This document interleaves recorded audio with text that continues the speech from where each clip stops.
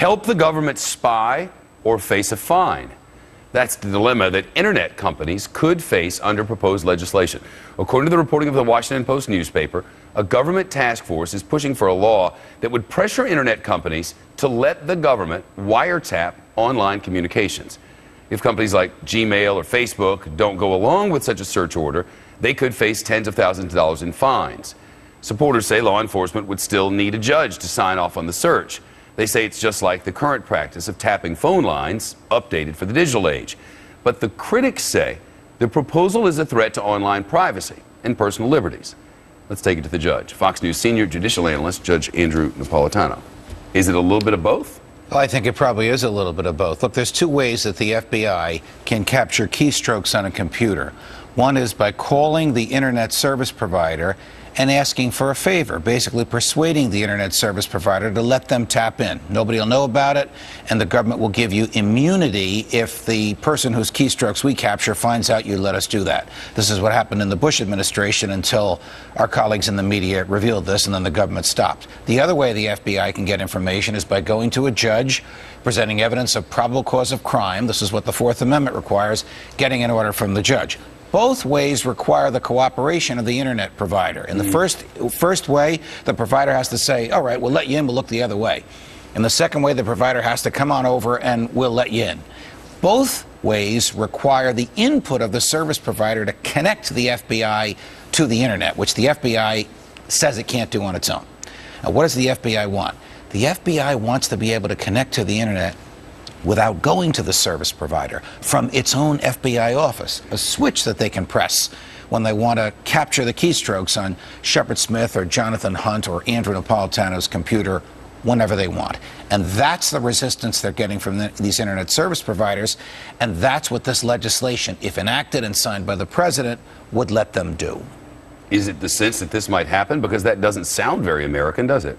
No, it doesn't sound very American at all, and it would be an opportunity for extraordinary abuse that button was there, and the FBI was only supposed to press that button when it got a search warrant. The temptation to press that button at other times would be almost irresistible. It's hard for me to believe that the Senate will go along with this. There are strong elements in the House that would like almost anything the FBI wants. Look, the FBI got the Patriot Act, which lets them write their own search warrants when they're going to a third party, like a doctor or a lawyer or the post office that has records about you. Now they want to bypass the Fourth Amendment yet again. This is, again, we've talked about this so many times. It's the debate of the next 10 years. How much liberty will Americans give up in order to have safety? And by giving up liberty, do they even become safer? It seems to be divided. I'm out of time, but it seems to be divided right on political lines. It is divided on political lines. I hope the trend is in favor of more liberty, because the FBI is good at what they do. They don't need these shortcuts. They can solve crime and keep us safe and preserve our liberties simply by following the Constitution. Judge Napolitano, thank you. Pleasure, Shep. All right, well, get this. The Obama administration is looking to fine tech companies big bucks unless they make eavesdropping on Americans easier. Companies like Google and Facebook that ignore wiretap orders could be in hot water if this is approved. So, what are you laughing about? This. So what would happen if this was gone under President Bush? And this is even legal. This is right up. This is tailor-made for us. Right down the alley. Why do I always get these contentious topics? Because you're good at 6:45 in the morning. You're very kind. This did happen under President Bush with the NSA persuading National Security Administration, persuading telecom providers to allow them to tap into it. Some of our colleagues in the media exposed it, and it stopped. Now the Obama administration wants to take it one step farther and say, if you don't cooperate with us, we want the ability to fine you. Two cooperations they're asking for. One, if they don't have time or enough evidence to get a search warrant, they want to be able to call up a computer provider and say, let us listen to Kilmeade as he emails Gretchen Carlson and back and forth. Well, they probably wouldn't, because we're not terrorist threats. Okay, but they wouldn't for you. But they might be looking to see if you are. And if the internet provider said no, go get a search warrant, they want to be able to find that provider. Right. The other thing they want is when they do get a search warrant and they show up with the search warrant, the internet provider said, okay, go find what you're looking for. They don't know how to go find what they're looking for. They need an employee from the internet provider to, quote, plug them in. That's not good enough for them. They want to be able to do this from their FBI office. They want a switch in their office that they can press a button and decide who to listen to. If a government entity is going to do a search into your background, just go to court, get a search warrant or whatever, for them just to call up and say, hey, Google, help me out here. That's just no wonder these two are sitting next to each other. I'm chuckling again because Brian and I have been through this 1,000 times, but it's an interesting point. The search warrant system works. It does. I issued search warrants at 3 in the morning. In your robe. In my gym shorts, in my living room. I have a colleague who issued them on the back of a motorcycle in downtown D.C. on a Saturday afternoon. As long as there's evidence there, it works. For the FBI to say we don't have time for this, or we're getting a little lazy, we want to cut corners. Well, it takes a few hours. But Judge, you're not talking about Judge, listening to somebody in real time. You're talking about surveilling what just happened. How about this? You're Tamerlan, and you're with your brother, and you're on the move to Times Square, and there is no Chinese carjacking situation. You have enough gas in your car, and you're going to head to Times Square with 5 bombs in the back. You're trying to get access to his phone to find out who he's calling and where he's going. They can't find Judge Napolitano in his boxer shorts in the middle of the night. Public safety They had that part. It was gym shorts. It wasn't boxer know. shorts. Chase him down and stop him. And stop the car. Judge, it's not Spider-Man. We can't do that. I mean, You got to find him. You got to find him. Sometimes you need the help. The system works best when the Constitution is followed. When it's not, then the system is dependent upon the values of whoever is in office. The founders didn't trust that kind of power in the hands of human beings, so they laid down a guideline of the We just don't trust anybody anymore. It's a great debate, and we unfortunately have to wrap it up there. Judge, have a fantastic day. Pleasure, guys. Fox News alert: more than 2 weeks after the deadly Boston Marathon bombing that claimed the lives of 3 innocent people, the FBI is taking a closer look at the widow of now deceased bombing suspect Tamerlan Tsarnaev and collecting new evidence. Brand new hour here of America Live. Welcome, everyone. I'm Megyn Kelly, and you'll see it for yourselves on tape in a minute. Fox News has confirmed that tests of some of the bomb components turned up female DNA. Even before we confirmed that, though, the FBI yesterday spent several hours searching the home where Catherine Russell Tsarnaeva has been living in Rhode Island. Look at the evidence that they're taking out of the house. You can see, if you watch the video for a while, you'll see it was substantial, bags and bags of it. And they also took something else, a DNA sample, we are told, to compare that to what was found on the bomb fragment. This, as her brother-in-law, Dzhokhar Tsarnaev, gets a huge boost to his defense team, a high-profile lawyer known for helping some of the most controversial defendants in this country avoid the death penalty. Judge Andrew Napolitano is our Fox News senior judicial analyst. Let's start with the wife. DNA on the bomb component doesn't really tell us much. No, it could be a clerk in the store. It could have been something she innocently handled in her kitchen before her husband took it and turned a cooking utensil into an instrument of terror and mass murder. So even if it matches her DNA, it doesn't tell us much. Correct, because the statute requires intention. It would have to show that she was intentionally involved in some way with this. Now, they can tell a lot about DNA. They can. What if her DNA is on the explosive material? I mean that would be, but if there was some remnant of a firecracker, something like that, that's a little less. Well, that would probably cause them to arrest her at that point. But remember, they can not only tell it's hers, they can tell how long it was there. So they can, if they have a timeline from the time this thing was purchased until the time it exploded, and they can tie her into somewhere along the timeline. There's an innocent part of the timeline, perhaps when it was used to cook pot roast, and there's a criminal part of the timeline from when they started to turn it into a bomb. Yeah. It depends on where they can pinpoint her in that timeline. And what does it tell you that we see them showing up at the house, walking out with bags of evidence, and reportedly taking the DNA sample of her at the house? Does that tell us anything about her cooperation? It tells us a couple of things. It tells us that they are concerned with their own perception because they alerted the media before they went to the house. And they're getting very bad criticism and valid criticism, so they're trying to make themselves look a little better. But they wouldn't go through that house for nothing, just for image. It's costly, it's intrusive, and they need a legal basis on which to do it. So they have some basis for wanting to get all of that information. The swab, they take a Q-tip and put it on the inside of your mouth. Yep. And that's the easiest, least offensive way to get a DNA sample. They may very well have said, we'll come to you and we'll take it. You don't have to come to downtown Boston from Rhode Island. So she could be cooperating. We don't know Yes. whether this was all with her consent or pursuant to a warrant. Her lawyer stated yesterday that she was cooperating, but you're right. If they got a warrant for her DNA, we might not know that until they make the warrant public. So they could have the warrant and we wouldn't know it. And that'll tell us a little bit about whether she is cooperating. I want to talk about the dream lawyer, so-called dream lawyer, who's been added to Tamerlan Tsarnaev's defense team. I mean, it's incredible. Her background. What now, what the strength of the team that's going to be defending him. So who is this woman? Well, I'm looking for her name. Clark. No, hold on a second. Yeah, Judy. Right. Well, she is a federal public defender who is the star of the Federal Public Defender Corps in the United States of America.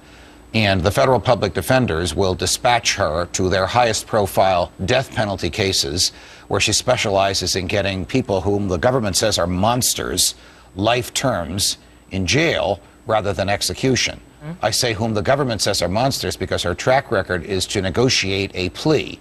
So typically she would probably say, you can talk to Dzhokhar Tsarnaev until the cows come home in return for accepting a guilty plea and a sentence of incarceration and getting rid of the death penalty. That would mean no trial. That would mean a lot of evidence that we'll never know about because the interrogation of Dzhokhar will be in private and we'll only know what the FBI wants us to know. She apparently, this is according to FoxNews.com, a report actually citing the Associated Press, she has, quote, an ability to relate to people who are charged with these horrific crimes and to humanize them.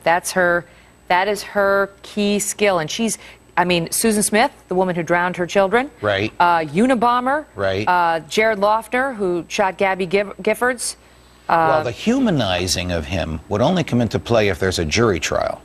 The best I think she can hope for him is not a jury trial, but a guilty plea where he spills his guts for weeks and months in private till the FBI is satisfied that he's been honest and they've learned everything they want from him, in return for which there'll be no death penalty and he'll be sentenced to Florence, Colorado, a solitary confinement 250 feet below the surface of the earth for the rest of his life. That's probably what she's going for. His next door neighbor will be some of the people that you just talked about. Right. Kaczynski That's the best case scenario. Yes. The other lawyer, the federal public defender, is Miriam Conrad, and she's somebody who went to Harvard Law School, described as aggressive, feisty, not histrionic, judges respect her, fierce advocate. She is somebody who has also done a lot of death penalty cases. This is an interesting team, Megan, because Judy is the negotiator. Miriam is the tiger in the courtroom that the federal prosecutors will know will give them a run for their money if they have to get into court, whether it's for a motion to suppress evidence or whether it's for an actual jury trial. The federal public defender, Miriam, has been quoted as saying, if you scratch the surface, many of these clients have had difficult lives. I see them as the whole, not just as a person charged with a crime. No one's ever stood up for them. That's a very powerful thing. There are people who do this for a living. They defend the worst of the worst. If we are to read into that, she's going to blame it on the dead brother and his Svengali-like control over Dzhokhar. I don't know that works with a jury. I won't say Boston. Where else are they going to go? I won't say Boston jury because there's no way this case, if it's tried, will be tried in Boston, but a federal jury somewhere. Yeah. Where else are they going to go? With the evidence they reportedly have. That's why I think a plea deal is their only hope. We'll see if the government's interested. Judge, thank you. Pleasure. Conspiring to obstruct justice, making false statements. We know these charges. Now, if new suspects in the bombing investigation are convicted, then what would be the punishment? Not for essentially being part of the crime, but covering up the crime. To Fox senior judicial analyst Judge Napolitano, we're waiting to hear from these three college friends of Tsarnaev's lawyers shortly. But what would be the punishment? All of these crimes have the same punishment. So defrauding the United States of America by interfering with a prosecution, that's the fancy name for obstruction of justice, carries a maximum of 5 years. Conspiring to destroy evidence and interfere with a prosecution carries 5 years. Here's the interesting one, Neil. Lying to the federal government. This is not under oath. This is in an official conversation. By official, I mean the person you're talking to works for the government, and they've told you at the beginning of the conversation you have an obligation to tell me the truth. You don't have to talk to me, but you have an obligation, if you choose to talk to me, to tell me the truth. And if you don't tell me the truth, you could be prosecuted. 5 years, here's the kicker, per lie. So if the government wanted to, it could seek an indictment from a grand jury for each lie told. Now, the courts frown on that because it makes the trial into a circus. They prefer one charge of lying for the category of lies. So a fair, in my view, summary of the likely charges would be those three. Obstruction of justice, conspiracy to obstruct justice, and lying. So that's a maximum of 15 years for the two who actually disposed of the backpack. No, in Robert Philippov's case, the only U.S. citizen, we're told, of this bunch, others are Kazakhstan, he said that there was no visit with Sergeyev, right? So what's the worst punishment he would face in that case? Well, I think he probably is facing the 5 years per lie. Incidentally, this is the same charge that Martha Stewart was tried on and convicted of. Not under oath, not in a courtroom, an ordinary conversation like you and I are having now, but you're having a conversation with an FBI agent whom you know to be an FBI agent and whom you've agreed to speak with. And you lie. That's 5 years. It's the same crime that Roger Clemens was Not charged everyone with. is punished for lying under oath. Bill Clinton comes to mind. We know that. We know that. This is one of the reasons that courts frown on this, because the government usually charges people with this that they don't like or that they want to squeeze. They may think they've already squeezed all the information they can get out of these people, but because they threatened to charge them, their policy is to carry through with the threat. These guys may end up pleading guilty to something far less than what they're charged with at the moment. And they haven't even been indicted yet. The grand jury may decide to indict them for more or indict them for less. This is fluid. This is the first day of what for them will be a process that will take a couple of years. Thanks, Steve.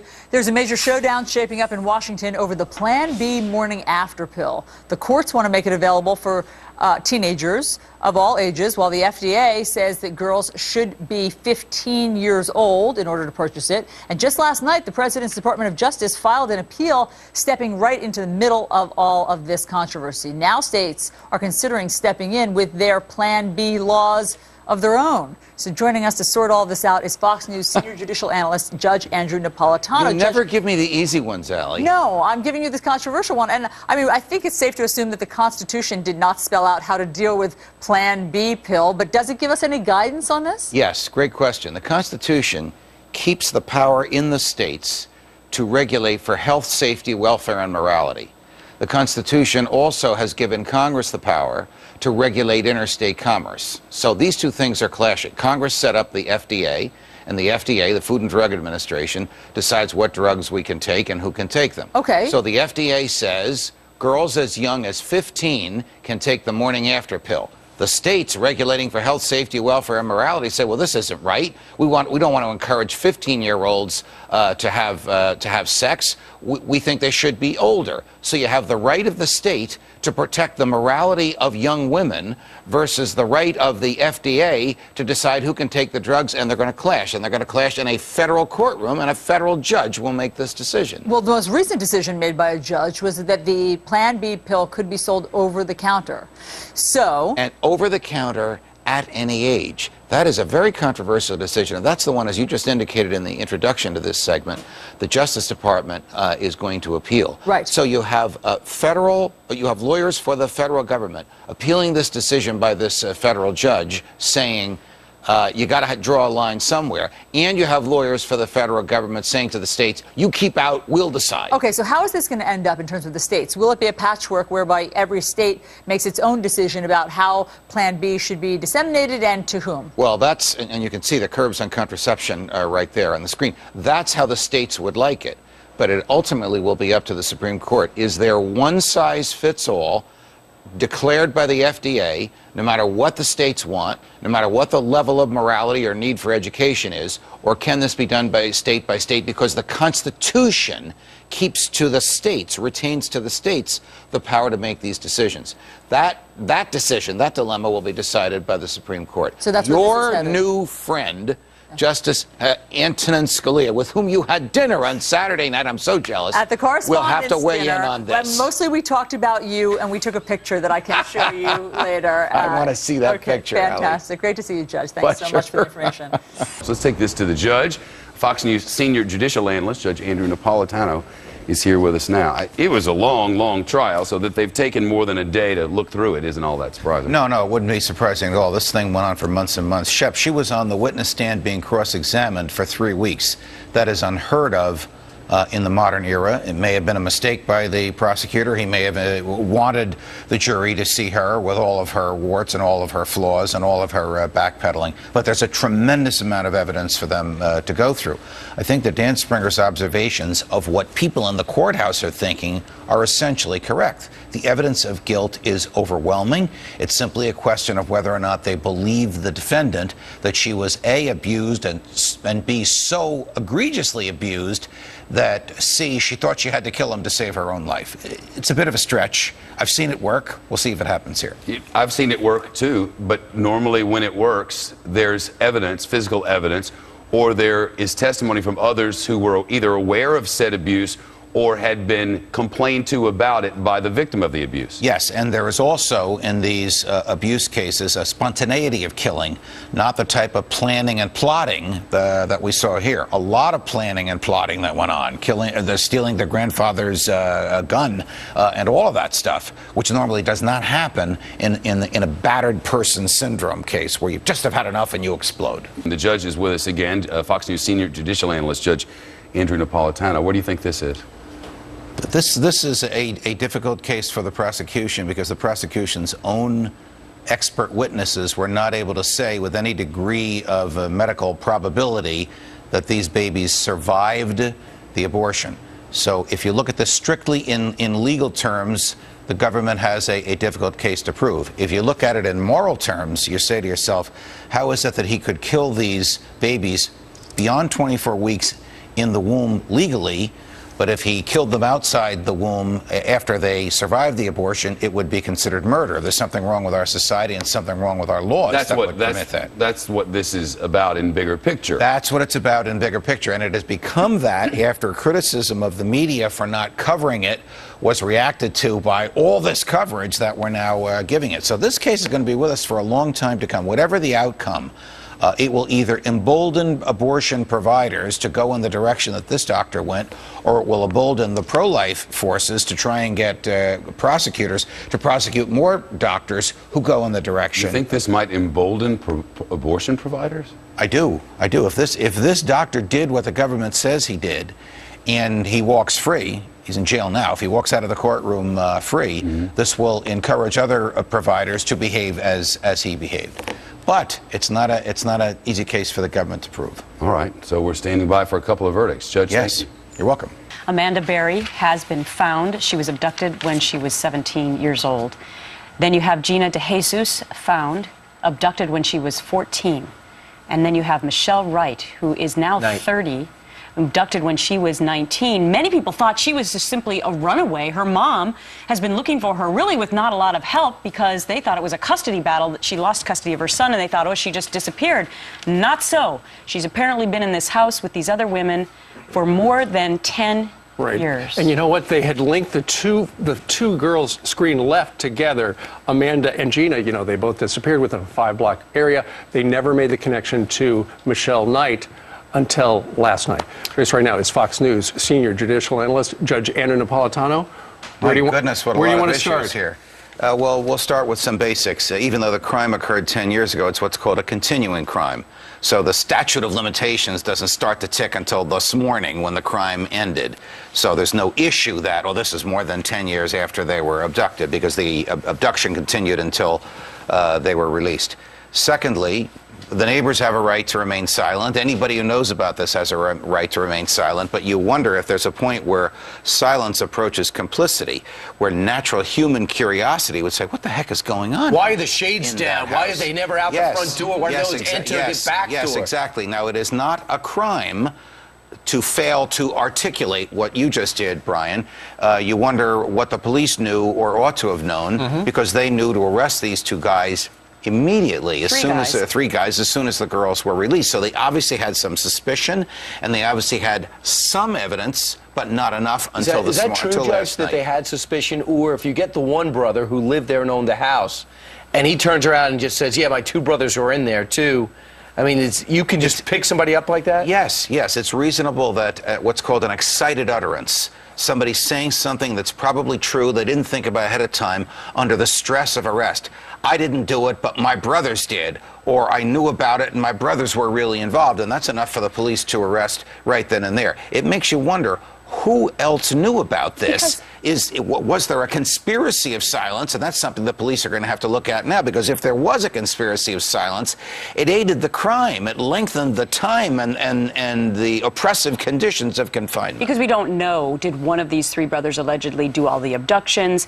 Did they each do one independently, allegedly? Did the brothers come into the situation later on? But the idea that three brothers could keep quiet for more than 10 years. Almost inconceivable. Here's how the police will proceed. They will take the person with the least culpability among the three and offer that person a deal in return for testifying against the other two. Interesting. This is a case of probably a guilty plea and probably incarceration for life on the part of two of them, if one of them cuts a deal, otherwise on the part of all three. So these three traumatized girls, young ladies now, are in the hospital. You're the police investigator. How do you do it with sensitivity, but yet in urgency? It's very difficult to question them, because there's a lot of repressed information, feelings, emotions, and memories. Who decides that, Judge? Well, Who decides whether to go forward and say, listen, I need to speak to you, Michelle? Investigators do. Now, they will talk to physicians who've examined them.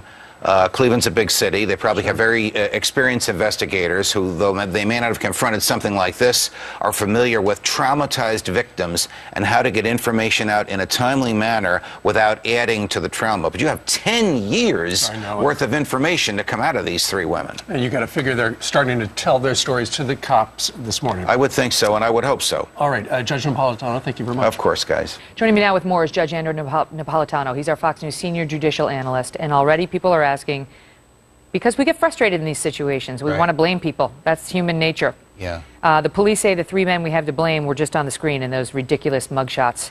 But there is a question about whether the police and the state of Ohio, Division of Child and Family Services perhaps, dropped the ball here, because now there are reports, according to the Associated Press, that the police were called not just the two times they told us about to the house for unrelated issues, right? But one neighbor says her daughter saw a naked woman crawling on her hands and knees in the backyard. And they say the police came and looked around but never went inside the house. You know, we could make you and I and people observing us now could make a very strong case for the police having dropped the ball, and we can do so in hindsight. Mm-hmm.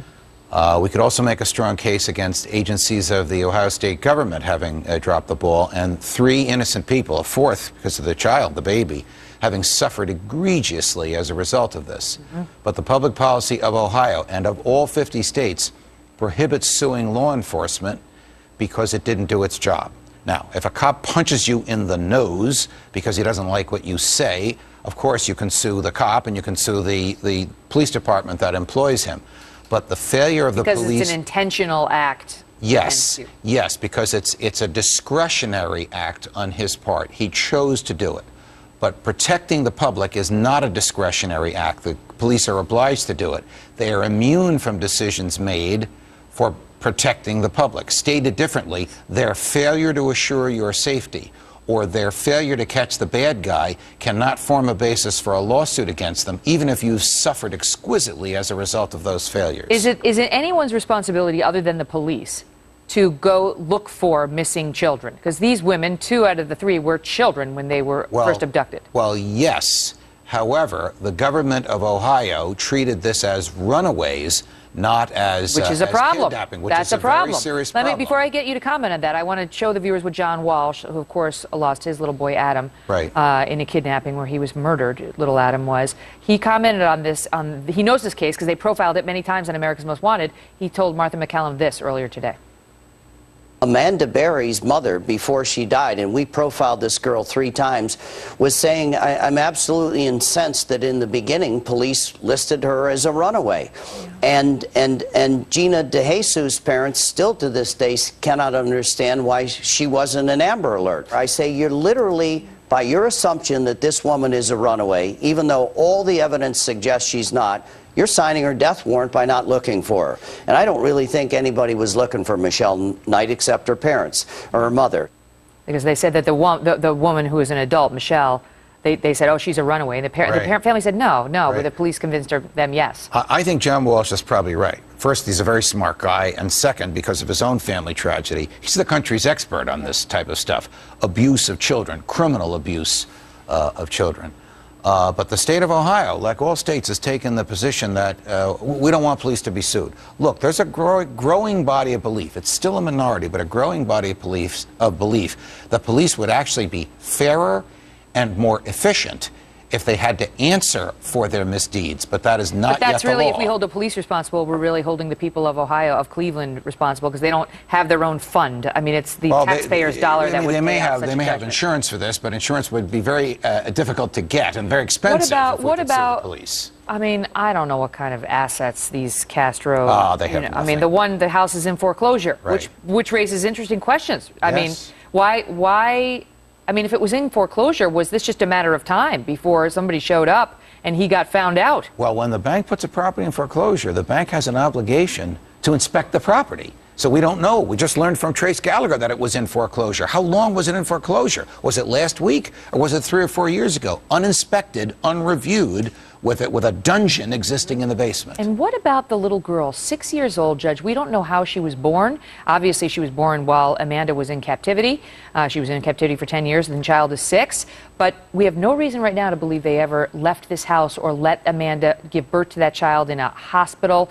If we find out that was the case, now that we hear reports the father brought, well, I shouldn't say he's the father. I'm assuming that the defendant is the father. Brought her to the playground, so he took her out sometimes, according to some eyewitnesses. If he was bringing her, I don't know, could it be possible she went to school, to hospitals, and there were red flags? I don't know how far this could go. I think that the police will be a little red-faced when all of this investigation is over. And quite frankly, Megan, I'm glad the FBI is involved. I don't want to criticize the police in Cleveland. They have their hands full. But they didn't look thoroughly enough in this case, and we all need to know what happened so that this cannot happen again. In terms of that child, you know as well as anybody, there are certain things that children can only learn, certain values they can only acquire in their infancy. If this child never learned those values and never learned those things, she may never live a normal life because she was not rescued until she was age 6. One thing she has going for her is that her mother had, from all accounts, a normal first 15 years. And so hopefully the mother was somewhat well enough to help her and the other women who were in that house. But we don't know. Judge? Look, we've already caught the Cleveland police in not telling the truth. They have to tell the truth, whether they have a black eye on this or not. Well, I do want to ask you about that quickly before I let you go, because, okay, so they're not going to get sued because they can't get sued under Ohio law, the cops. And again, just to underscore, we know who's responsible for this. It's not the cops, but we got to ask ourselves these hard questions in the wake of these events. All within 3 square miles. I mean, they were being held right there. Like, it does beg the question of how far can the police go? You don't really like a lot of government intrusion, but should they have gone into that house when these girls first went missing?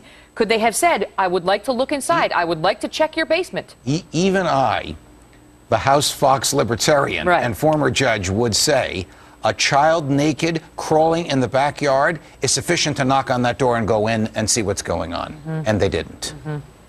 Judge Andrew Napolitano, thank you. Pleasure.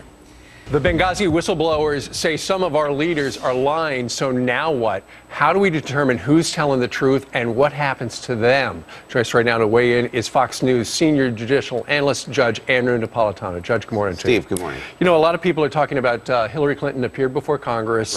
She swore on a Bible that she would tell the truth, but a lot of people are wondering whether or not what she said was accurate and true. Well, she wouldn't be prosecuted for perjury or for misleading Congress, which is a little easier to prove, just on the basis of contradictory testimony from somebody else. There would need to be additional corroborating evidence supporting the person who contradicted her and directly contradicting her. So the House committee that started these hearings yesterday is looking for things, not to impeach her, lowercase I, and impeach because she's out of office. But to get at the truth. The bigger picture here is, what did the president know? When did he know it? What did his administration know? When did they know it? This is almost the Nixon model when the House Judiciary Committee voted articles of impeachment. Is this a cover-up?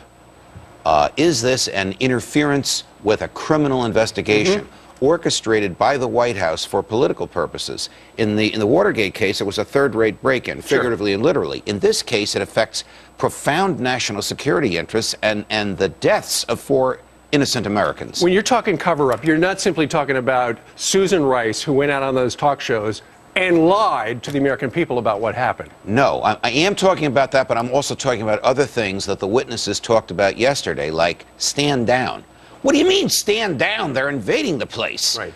I'm talking about even as late as as recently as this morning, the administration denying that anything was inappropriate in its response. Oh, the troops were too far away. Right. We couldn't have gotten them there anyway. Sure. You know, and when it comes to the response to the investigation, Mr. Hicks made it very clear. You know, he's a career diplomat working for the Department of State. He made it clear yesterday that the Department of State told him, you want to talk to anybody? Take the lawyer. Here he is. Didn't you say, Mr. Hicks, in my first round that this was the first and only time this had ever happened where someone from the State Department accompanied a congressional visit and you were instructed specifically by the State Department, do not talk to Congressman Chaffetz or anyone on the committee's delegation who is there without this lawyer being present? That's correct. Well, Mr. Hicks is a national hero. A, because of his work for the country, and B, because of his willingness to expose the misdeeds of his superiors, one of which is that. When the State Department says, don't tell the truth, what are they hiding? That we have a right to know, that the Congress has the right to know. The big question is, where does this go from here? If there is a select committee, that could amp things up, couldn't it? It's hard to believe that Barack Obama would be impeached in this environment, but it is not hard to believe that his presidency would be seriously damaged when Democrats come to realize that he and the truth are strangers on this. And it was clear yesterday that a number of Democrats on the committee have more questions, so it looks like there will be some sort of round two. They have to run for re-election. They have to answer to the people in their districts. Are you interested in the truth, or are you interested in protecting the president who's dug a hole for himself on this one? All great questions. All right, Judge, thank you very You're much. welcome, Steve. First, let's take it to the judge. Fox News senior judicial analyst, Judge Andrew Napolitano. I don't remember in covering trials like this over the years, I don't remember anybody ever being given the opportunity to participate in an interview like this, and that it happened in Maricopa County really wigs me out. We're all familiar with the sheriff of Maricopa County and the rigidity with which he enforces rules, so that end of it is shocking. I'm sure this was done against the advice of her lawyers. No good from her point of view can come from this other than the type of remorse which we did not see. So if she, for example, gets on the witness stand, well, let's say the aggravation phase goes in the state's favor. That is, there is an aggravating factor, and we get to the penalty phase. And then the state presents its evidence as to why she should be executed. And then her lawyers present evidence about why she shouldn't. If among that evidence is her testimony, they will cross-examine her with a clip of what she said on our Fox 5 affiliate in Phoenix and say, wait a minute, you just told the world 3 weeks ago you wanted to be executed. Now you're telling this jury you want them to save you? And that will impeach her credibility even more than it's already been impeached. So no lawyer would have permitted her to do that. She has good experienced trial counsel. I'm sure she did this against their wishes and over their objection. Did you see the pictures outside the courthouse? Yes. I mean, it happened after OJ. Yes. I don't know. I was a little disturbed. Well, it's disturbing to see that, but I can understand it. I mean, she is a person who committed a horrific crime. She has generated no sympathy in her own behalf. It was not like she did, well, that's what you're talking about, the screaming and cheering that she was convicted. You'll probably see it again if and when the jury sentences her to death. The only thing I can say is I'm glad it happened outside the courtroom. It doesn't influence anything that happens inside. That group has a First Amendment right, just like anybody else, to express their opinion on what happened in the courtroom. Yeah, there's a crowd that lived off this trial over on HLN. They ran it nonstop. They even had a pause button. They would pause the trial so you didn't miss anything. And it feels like this was that long-running soap opera, the sort of, real-life drama that people just immerse themselves in, much like they did in OJ back. Yes, well, these trials, as you know, for other networks can become theater and even their lifeblood. Yeah. And it fortunately, I don't think, affects anything going on inside the courtroom. This is dreadfully serious, what's going to happen now. The use of the death penalty in Arizona against a woman, as Trace told us, hasn't happened since the 1930s. The court and the lawyers have to be very, very careful and clear that they follow all the procedures, both steps. Is there an aggravating factor? Sure there is. The jury could find that she was depraved and cruel and inhumane. Then the weighing and balancing, aggravating factors versus mitigating.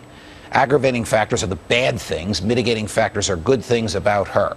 If the aggravating outweigh the mitigating, then the jury is supposed to sentence her to death. If the jury sentences her to death, the judge can undo the sentence. If the jury does not sentence her to death, he cannot overrule the jury in that respect. So he can remove it on his own, but he can't impose it on his own. All right, that phase, the aggravation phase, as they call it, starts at the top of the hour, and we'll have coverage. Judge, Sure, thanks. sure.